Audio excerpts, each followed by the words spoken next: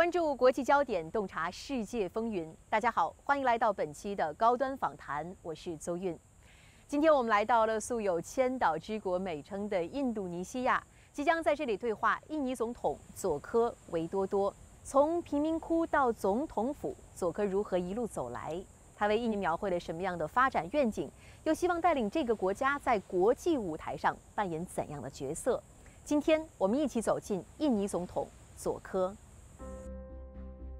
印度尼西亚是东盟最大的经济体，1950年与中国建交，2013年两国建立全面战略伙伴关系。2022年7月，印尼总统佐科开启疫情以来的首次东亚之行，第一站就选在中国。他也成为北京冬奥会后中方接待的首位外国元首。10月初，在雅加达、马郎市和巴厘岛3地接连一整天的繁忙行程后，佐科在当天晚上接受了总台的独家专访。Mr. President, it was a great pleasure having you joining us here on the program. It's now very late here in Bali, but you still look very, very energetic. And this is a really long day to you. So is it really hard to be a president here in Indonesia?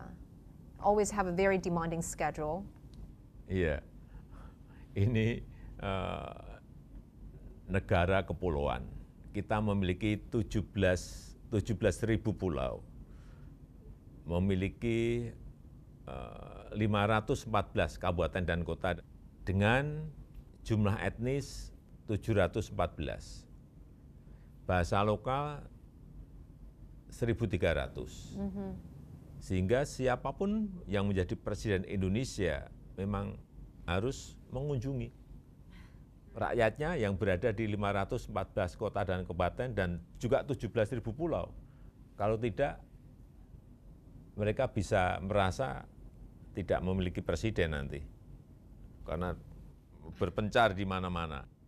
Well, this time we followed you to the beautiful island of Bali to see people's lives here. And many people that we talk to, they say you love to go to rural areas to see people's lives here, to learn about their problems, their aspirations.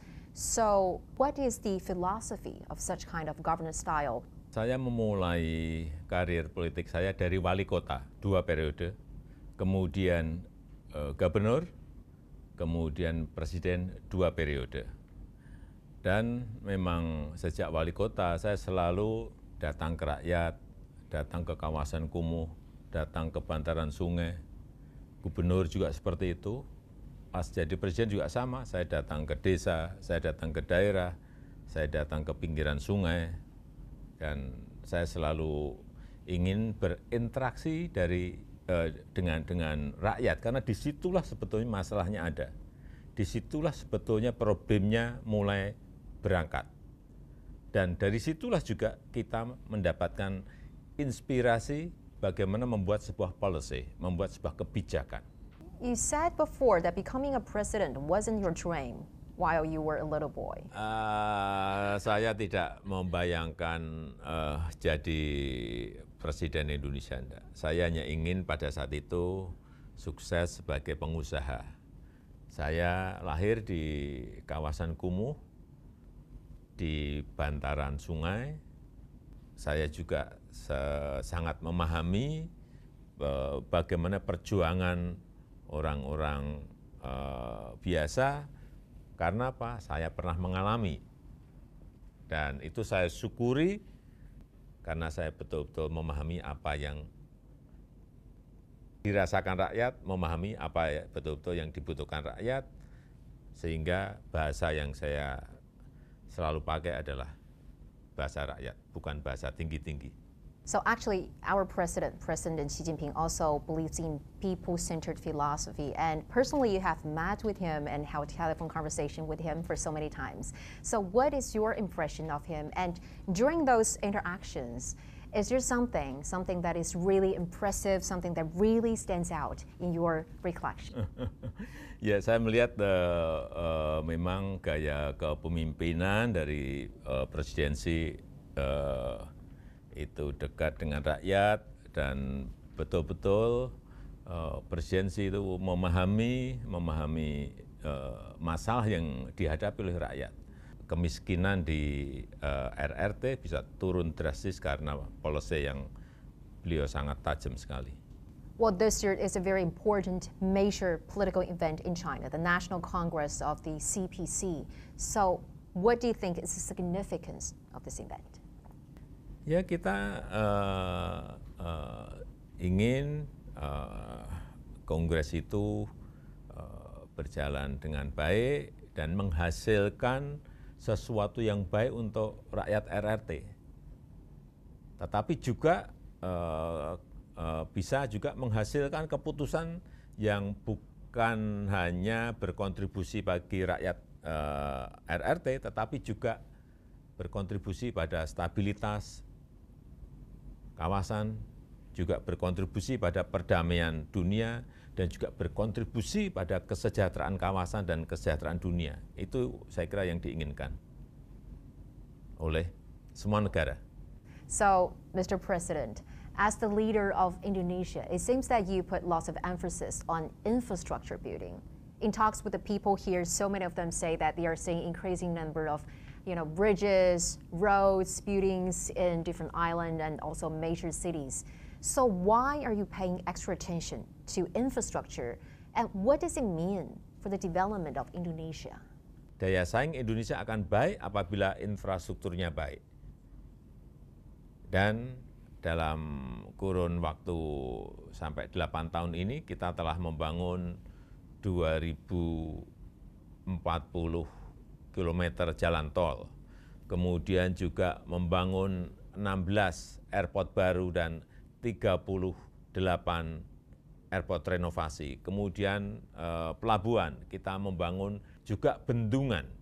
Saya kira ini adalah sesuatu yang basic yang harus dimiliki oleh Indonesia dalam rangka daya saing. 谈到印尼的基础设施建设，有一个项目不得不提，那就是雅万高铁。我现在呢就是在雅万高铁的施工现场，这里是中国高铁首次全系统、全要素、全产业链在海外建设的项目。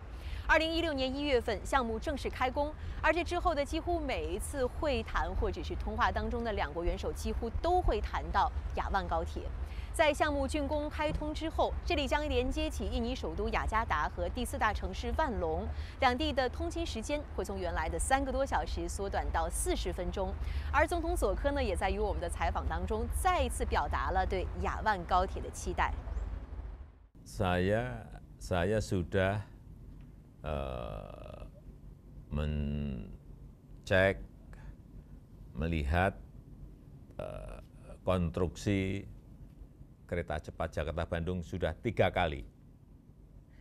Ini adalah sebuah flagship kerjasama infrastruktur antara Indonesia dan RRT. Dan saya optimis proyek ini akan segera selesai. Dan sudah operasional nanti di pertengahan tahun depan, tahun 2023. Dan ini dapat memperkuat konektivitas antara Bandung dan Jakarta, dan juga akan mempercepat mobilitas orang dan mobilitas barang. But in the future, if there's more high-speed trains, it's going to be much easier for you to travel from island to island, from province to province, right? Kalau sudah tersambung, ada konektivitas antar kota, antar provinsi dengan kereta cepat, ya tentu saja akan mempercepat itu. Itulah pentingnya infrastruktur, itulah pentingnya kecepatan, itulah pentingnya mobilitas barang dan manusia yang cepat, karena itu adalah daya saing.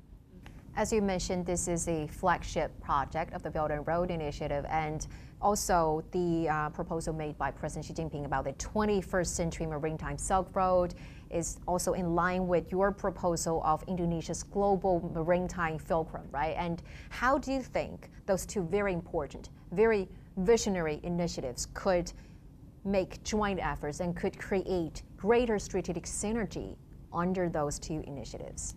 What are some of the other areas of cooperation do you look forward to? Ya, saya kira kalau semakin banyak kerjasama Indonesia dan RRT akan semakin baik bagi kedua negara.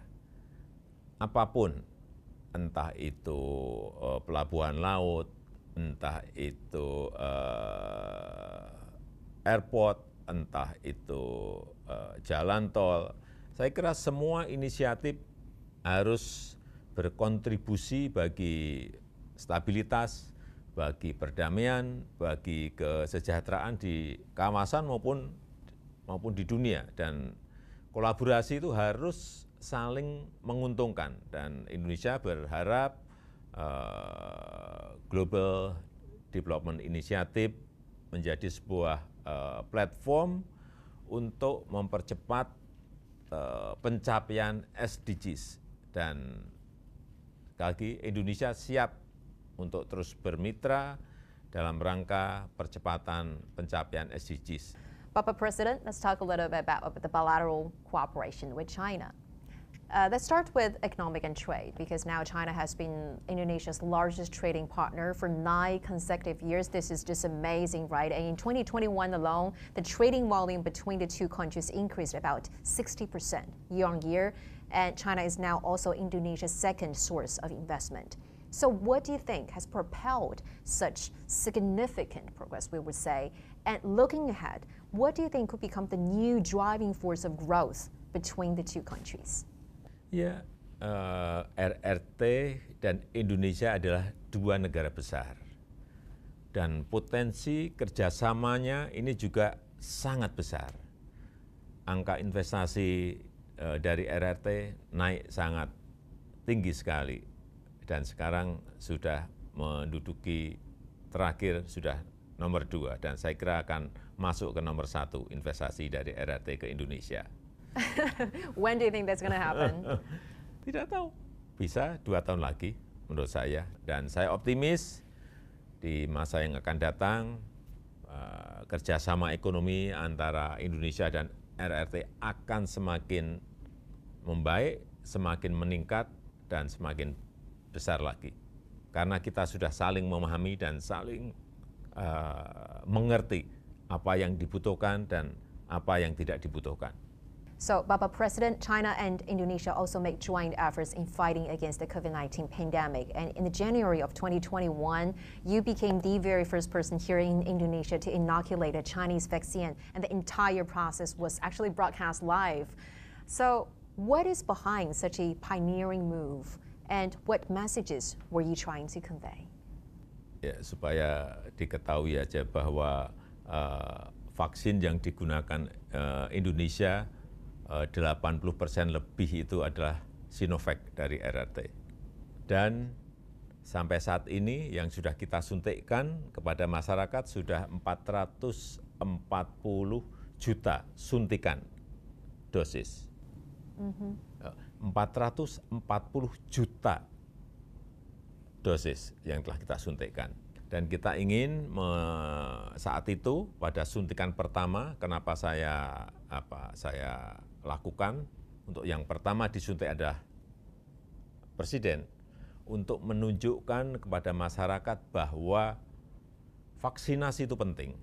Dan vaksinasi itu akan melindungi kita untuk urusan kesehatan. Tetapi bukan hanya kesehatan saja, tetapi bisa juga lari ke urusan ekonomi. And the pandemic has made people realize that for a global challenge like this, we have to come together, we have to make joint efforts. So, under this context, how do you interpret the vision proposed by Chinese President Xi Jinping, a community of shared future for mankind, especially given that the world is now facing with so many unprecedented challenges intertwined with emerging risks? Ya, dalam menghadapi pandemi tidak mungkin satu negara itu bekerja sendiri, nggak mungkin. Semua negara, baik itu negara maju, negara berkembang, semuanya harus bekerja sama. Apabila sebuah negara ditinggal, misalnya tidak memiliki vaksin dan ditinggal, ini akan menularkan juga pandemi ke negara yang lain. Sehingga sekali lagi kerjasama antar negara untuk mengatasi pandemi itu sangat penting. Oleh sebab itu diperlukan sebuah arsitektur kesehatan global yang baru, yang di mana semua negara harus bekerja sama. Bapak President, in 2015, President Xi Jinping was here and he attended the commemorating ceremonies of the 60th anniversary of the Bandung Conference. So over 60 years later now, how do you interpret the Bandung spirit, which focuses on the peaceful coexistence, still relevant today in addressing the challenges we have now?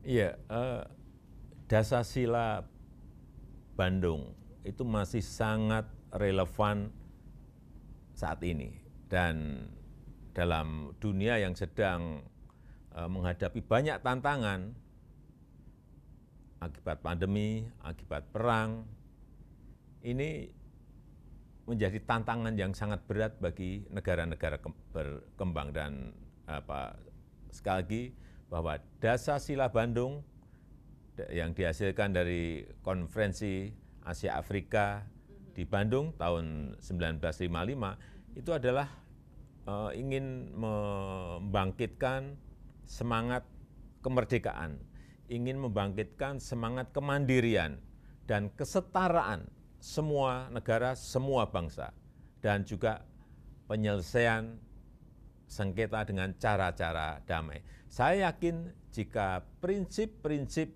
di Dasasila Bandung itu dijalankan, dunia akan lebih damai dan perang bisa kita hindari bersama. Indonesia hosts the rotating presidency of G20 this year, and very soon in November is going to host heads of states and government summit here in this beautiful island of Bali. So we just wonder how's the preparation going and what issues would top the agenda?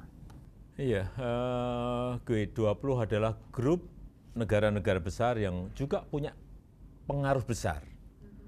Banyak masalah dunia yang sekarang ini kita hadapi bersama-sama. Krisis yang juga harus selesai, perekonomian global yang juga harus segera bangkit, dan kami ingin mempersiapkan itu sedetail mungkin. Sehingga G20 Summit harus menghasilkan hal-hal yang konkret, menghasilkan hal-hal yang nyata, yang berdampak nyata pada dunia. Dan saya ingin sampaikan bahwa hentikan yang namanya basa-basi dan seremoni. Utamakan kerjasama dan kolaborasi untuk masa depan dunia yang lebih baik. Karena kita tahu sekarang krisis finansial, krisis energi, krisis pangan, semuanya ada dan ini harus dihadapi bersama-sama. Tidak bisa sendiri-sendiri. Dan G20 mempunyai pengaruh besar dalam desain arsitektur itu. Well, the Ukraine crisis will definitely be one of the issues that will be under the spotlight. And you have visited both Ukraine and Russia in June and had invited President Putin and President Zelensky to come to the summit. So up till now, have you got the confirmation of their attendance? Kita ingin mengajak semua anggota G20 untuk dialog, untuk berdamai dan bersama-sama mencari solusi bersama. Sekali lagi, saya ingin menyampaikan perang harus segera diakhiri. Dan krisis pangan, krisis energi, krisis finansial harus segera selesai. Dan itu bisa terjadi kalau kita bisa berdialog, bersama-sama berkolaborasi. Dan kita ingin ekonomi dunia segera baik dan segera bangkit. Dan sekali lagi, perang itu tidak ada manfaatnya bagi siapapun, bagi negara manapun. Perang hanya akan menciptakan kehancuran dan mendatangkan kesengsaraan. Itu aja yang ingin saya ingatkan. Do you think a peaceful solution to some extent can be agreed or achieved during the G20 summit? Ya semuanya harus kita coba. Kalau tidak kita coba dan kita diam semuanya, akan jadi apa dunia ini? Kalau ini tidak kita bicarakan bersama-sama, sampai kapanpun nggak akan selesai. Harus duduk satu meja, berbicara bersama-sama. Bagaimana mencari solusi yang paling baik. Meskipun saya tahu, bukan barang yang mudah. Yeah, by no means it's going to be easy task, but it is really, really important. How do you see the role of China in the G20 mechanism?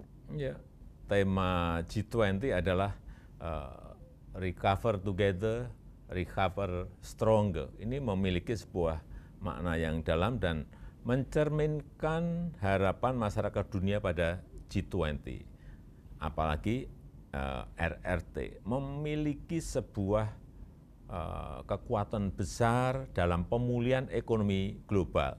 Dan itu sekali lagi terjadi bila negara-negara itu bekerja sama, bila dunia itu bekerja sama, bila dunia itu berkolaborasi. Dan saya harap RRT menjadi bagian dari paradigma baru tersebut, paradigma kolaborasi, paradigma kerjasama.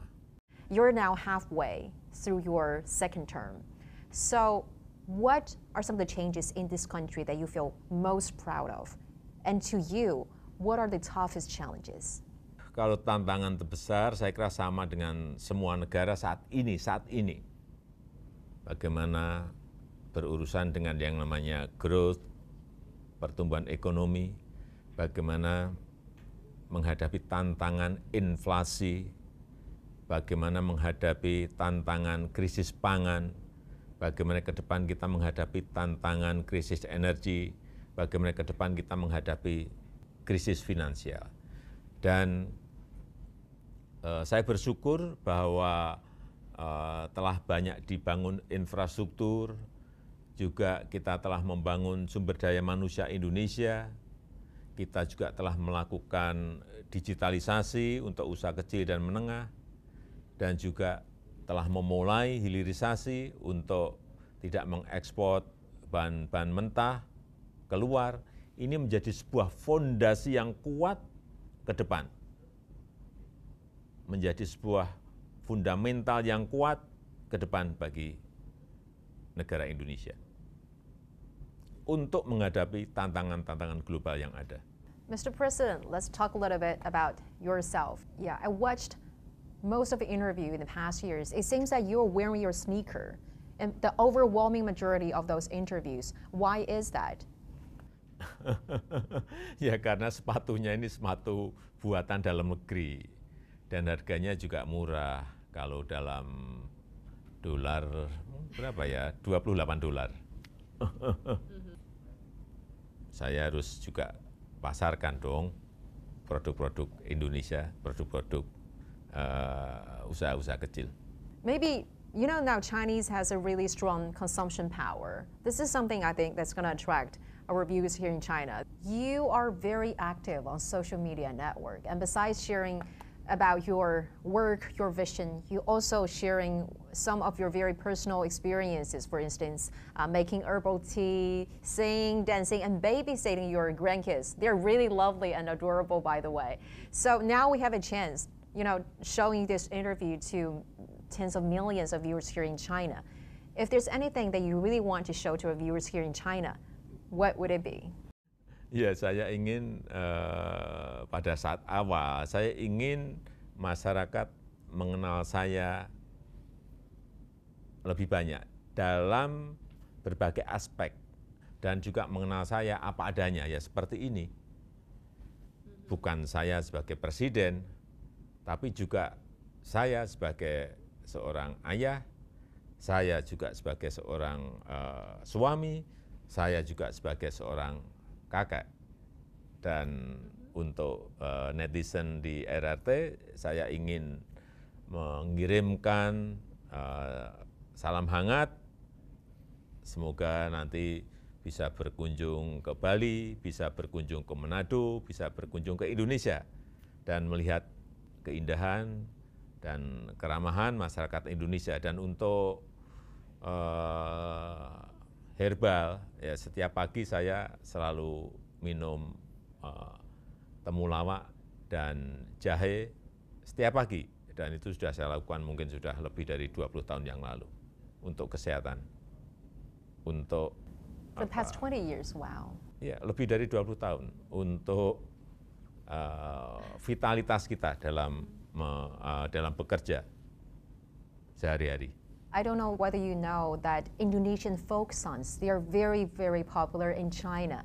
So many people could sing or hum the Indonesian folk songs. For instance, the boat song, 风儿吹动我的船帆, or 哎呦妈妈 哎呦妈妈你不要对我生气 etc. Those are the songs actually for people across generation. Me, my parents, my grandparents, we were raised listening to those really beautiful lyrics. So Mr. President, how do you think the cultural understanding could be further enhanced given that both countries all have very time-honored history, rich cultural heritage, and of course very solid friendship? Ya, memang kita ini orang Timur. Jadi budaya kita, budaya RRT, budaya Indonesia hampir mirip-mirip. Saya kira karena itulah beberapa nyanyian yang terkenal di Indonesia juga sangat digemari di RRT, misalnya Bengawan Solo. Itu presidensi tahu bagaimana bernyanyi mengenai Bengawan Solo. Yeah. Artinya memang nyanyiannya sangat indah sekali. Mr. President, it was such a great pleasure talking to you. Thank you so much for sharing with us your very insightful views and all those really interesting stories and experiences. We feel great appreciated for your time. Terima kasih. Terima kasih.